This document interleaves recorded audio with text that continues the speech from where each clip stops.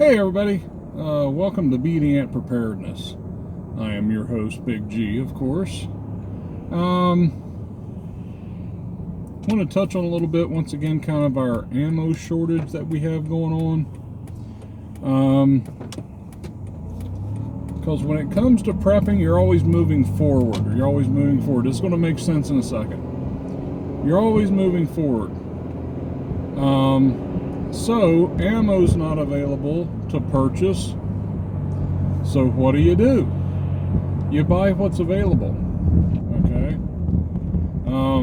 Right now, instead of going out and spending $30 on a box of 9mm full metal jackets, maybe you ought to go buy a bag of rice.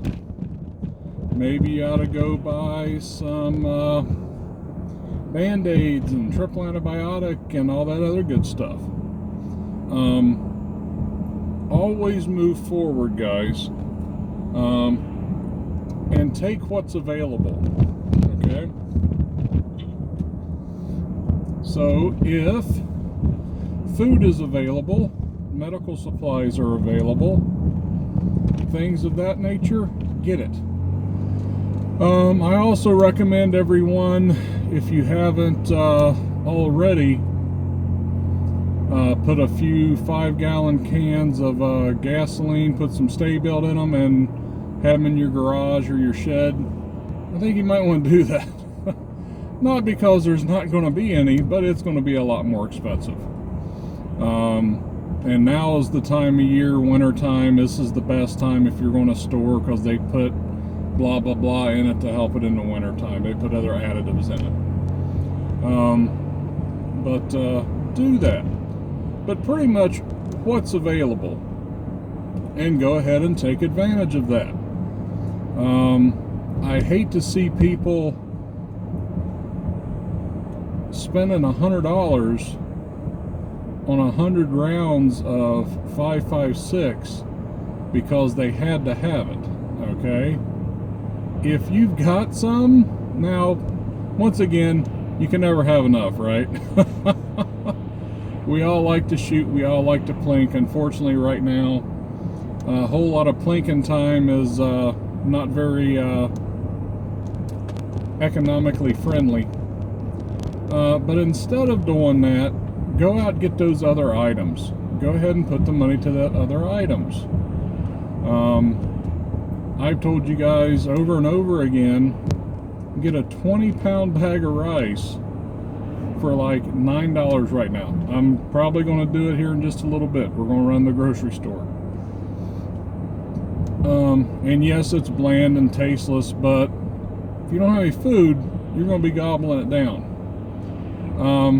My personal opinion, this is strictly my personal opinion, I think a lot of times people put too much stock in having thousands of rounds of ammo. Okay? Reality is, if you get in one firefight, it's not going to be good. Yeah, it's not going to be good all the way around. Now, I'm not saying don't have ammo. No, I'm not saying that at all. Make sure you have ammo. I just don't think people need the type of ammo that I see them out there purchasing. I mean, and how much can you carry at one time? It's like I've seen these videos, guys with their bug out bags, and they have got, sorry, backing up, parking, carrying 500 rounds in their bug out bag. It's like, how far are you going, man? How many firefights are you expecting to encounter on the way to your location, right? Now, as far as at your location, yeah, you want to have all the ammo, right? Absolutely. But you have to look at it this way, and I've preached this before about prepping evenly. You'll have people that they strictly prep food and they forget about the other stuff.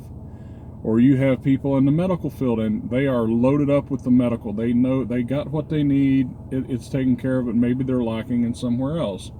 And then a vast majority of people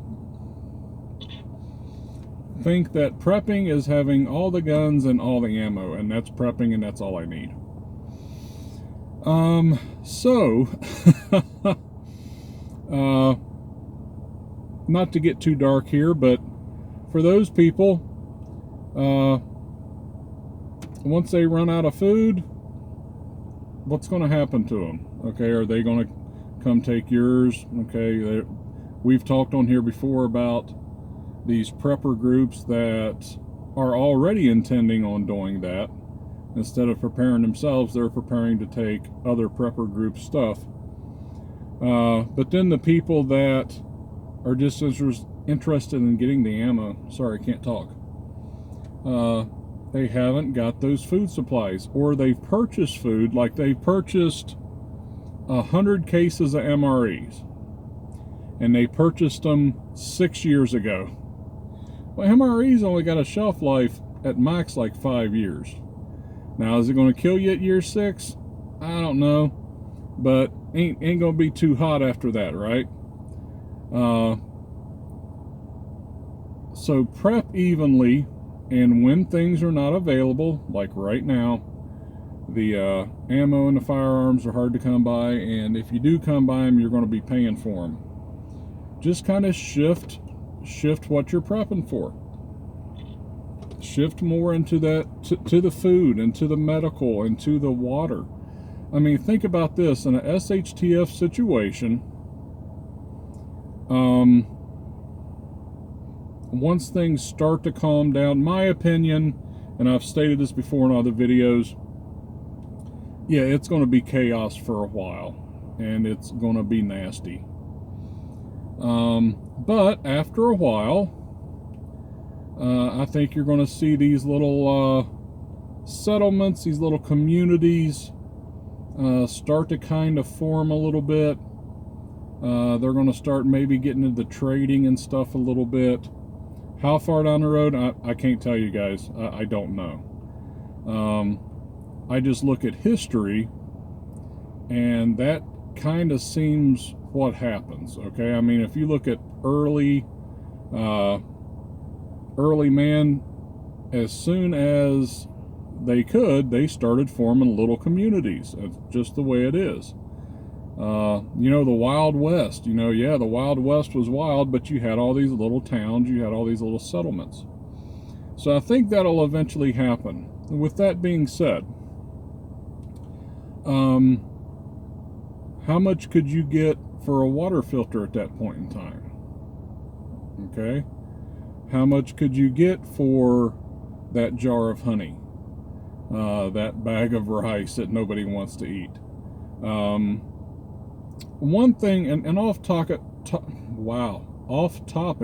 man. Seeds. I think those are going to be very, very valuable. Extremely valuable. Now, I'm not saying go out there and buy one of those Prepper seed vaults and you're good to go. I've talked about it before. Before I started making YouTubes, I had purchased one and I opened it up. I wanted to see what was in it. It was 20 bucks or something. And like I said, I've mentioned this before, but I start going through it and there's like lavender and all this stuff. I'm like, what am I going to do with this? But then when it came to like food, there was literally like 10 corn kernels, so 10 corn seeds. There was like 5 cucumber seeds. There was half a dozen squash, etc. You guys see what? So as far as that little seed vault, the amount of food was kind of low. So it would be something, my opinion on the survival, and I haven't tested them all yet out. Might do that here once gardening season starts coming in. I'll buy one and break it open and see what we get. But the one I had, and I can't recall the manufacturer on it, I can see how that would be good to plant now, okay? And then, instead of eating from it, harvesting the seeds from that, okay? So if you got 8 corn kernels, 8 corn plants, you have to plant them in a square. I mean, 8, it's going to be like 3, 3, and 2 or something like that. Corn, little tip. If you haven't planted corn before, you can't plant just one row of corn. It is fertilized by the wind, so they have to be in groups. So you can plant that corn, and off those 8 plants, let's say 5 of them actually take. So off of those 5 plants, let's say you get 3 ears of corn apiece. So you've got 15 ears of corn. Now at that point in time, you have got enough seed so that next year you can eat from it. Okay, but if you've got one of these seed vaults, check it out. Okay, see how many seeds you have in there of food, and see what you got.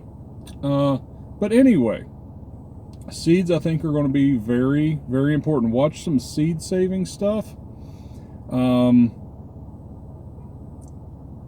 Wrong time of year for this, but if you look in late summer, early fall, all of these stores are putting all their seeds on sale.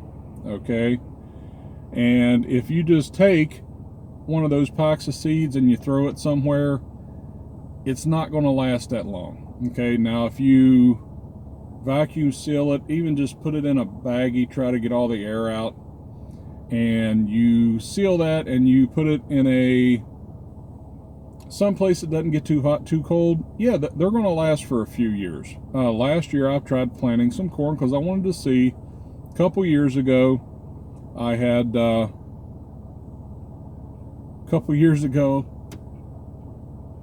had bought it and I just kind of threw it in a drawer and I wanted to see what happened.